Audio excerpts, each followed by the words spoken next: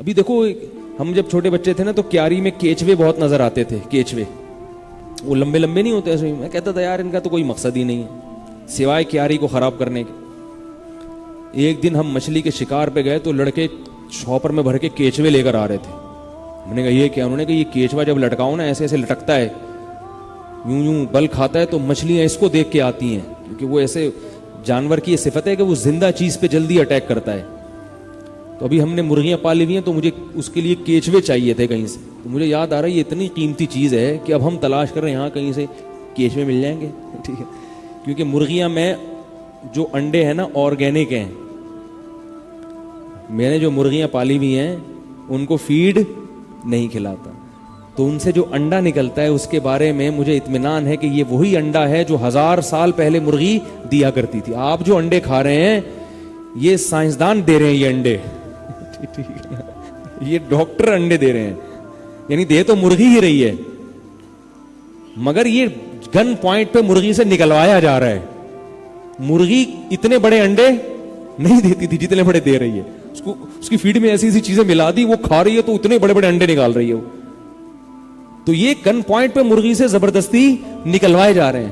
اسی طرح یہ جو فارمی مرغی ہے اس کو جلدی بڑا کیا جا رہا ہے, ورنہ مرغی اتنی جلدی بڑی نہیں ہوتی, اس کو ہم زبردستی کھلا کے بڑا کر رہے ہیں. تو اس لیے جو آرگینک چیزیں ہیں نا وہ زیادہ اچھی ہوتی ہیں. میری تحقیق ہے جو آپ کہیں فارمی انڈے چھوڑ نہ دیں, انڈا کھا لیا کریں.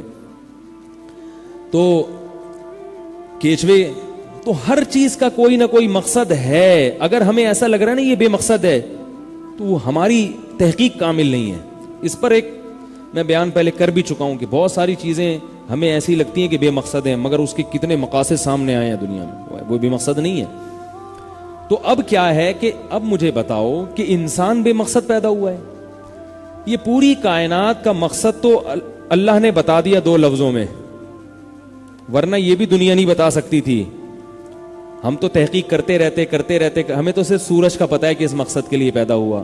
بہت سے ستاروں کا ہمیں علم نہیں ہے کہ کیوں بنائے اللہ نے, لیکن اللہ نے قرآن مجید میں بتایا وَسَخَّرَ لَكُم مَّا فِي السَّمَاوَاتِ وَمَا فِي الْأَرْضِ جَمِيعًا مِّنْهُ, فرمایا جو کچھ آسمانوں میں ہے, جو کچھ زمینوں میں ہے, یہ جتنی بڑی بڑی کہکشائیں ہیں, یہ سب, اور زمین اور اس کے اندر جو کچھ ہے سب کا سب, جمیعاً تمام کا تمام, منہ اللہ نے اپنی طاقت اور قدرت سے سخر لکم, اے انسان تمہارے کام میں لگا دیا ہے.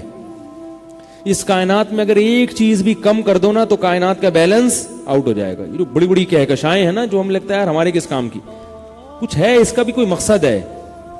ایک مربوط کائنات بنائی ہے, اس پوری کائنات کی آپس میں رشتہ داری ہے, یہ ایک دوسرے سے الگ نہیں ہے, رشتہ داری ہے. ایک چیز کو دائیں بائیں کرو گے پورا سسٹم آؤٹ ہو جائے گا, پورا سسٹم آؤٹ ہو جائے گا. اس کی مثال ایسے, پرنسپل صاحب کی کرسی آپ نے غائب کر دی, اب ایک چیز ہٹائیے, پرنسپل صاحب کو بیٹھنے کی جگہ نہیں مل رہی تو انہوں نے ایک طالب علم کی کرسی لے کے رکھ لی. اب وہ طالب علم جب آئے گا تو وہ کیا کرے گا, اس نے کیا کیا, چپڑاسی کا اسٹول لا کے رکھ لیا. اب چپڑاسی جب ہوئے اس کو کوئی جگہ نہیں مل رہی, اس نے کیا کیا کہ وہ جو ہے وہ جو کوئی ٹیچر دوسری کلاس کے تھے ان کی سیٹ لا کے رکھ لی. تو وہ اب یہ چکر چل گیا, اب یہ ختم نہیں ہوگا, یہ گھومتا رہے گا, سارا نظام برباد ہو جائے گا. تو ایسا توازن کائنات میں قائم ہے کہ یہ دائیں بائیں نہیں ہو سکتا. تو میں یہ عرض کر رہا تھا کہ سخر لکم, یہ پوری کائنات اللہ نے کس کے لیے بنائی, بولو بھائی, ہمارے لیے. اور مشاہدہ بھی ہے یہ, ہم جب چاہتے ہیں اس کائنات کی جس چیز سے چاہتے ہیں فائدہ اٹھاتے ہیں, اس کے لیے ہمیں کسی اور مخلوق سے پرمیشن کی ضرورت نہیں ہوتی. ایک دوسرے کی چیزیں استعمال کریں گے تو ایک دوسرے سے پرمیشن لینی پڑتی ہے, ایکسکیوز می کہنا پڑتا ہے کہ یار سر میں آپ کی بائک لے جا سکتا ہوں, سر میں آپ کی ٹوپی استعمال کر سکتا ہوں, سر آپ تھوڑی دیر کے لیے اپنا پرس مجھے دے دیں گے, ٹھیک ہے, اس میں سے کچھ پیسے نکالنے ہیں. تو ہر چیز کی ہمیں کیا چاہیے, پرمیشن. لیکن جب اس انسان کے علاوہ کوئی چیز ہم استعمال کرتے ہیں اس کے لیے پرمیشن نہیں چاہیے, اس کے لیے پرمیشن نہیں چاہیے. ہاں کسی انسان کے قبضے میں وہ آ گئی تو وہ ایک الگ بات ہے. جنگل میں جاؤ, سارا جنگل آپ کا ہے, کسی بھی جانور کو قید کر کے لے آؤ, کسی بھی جانور کو کاٹ کے کھا جاؤ. گورنمنٹ جو پابندی لگاتی ہے وہ تو اس لیے کہ نسل ختم نہ ہو جائے نا, ورنہ اصل تو حلال ہے نا انسان کے لیے.